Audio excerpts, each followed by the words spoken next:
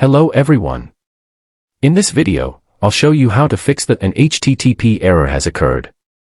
Please close the client and try again. Error code, 529-inch in Roblox. Let's get started. The first thing you should do is check whether Roblox's servers are working properly. Open your web browser, search for Roblox server status, and open the official status.roblox.com page.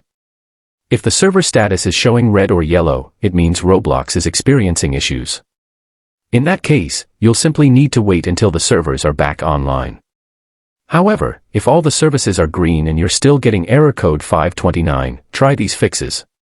First, open Settings on your PC.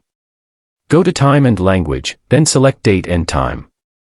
Make sure Set Time Automatically and Set Time Zone Automatically are both turned on. Next, click Sync Now and wait a few seconds for Windows to update the date and time. If the error still appears, turn off Set Time Zone Automatically, choose your correct time zone manually, and make sure your date and time are set correctly. After making these changes, try launching Roblox again. If you're still having the same issue, the problem may be related to your network.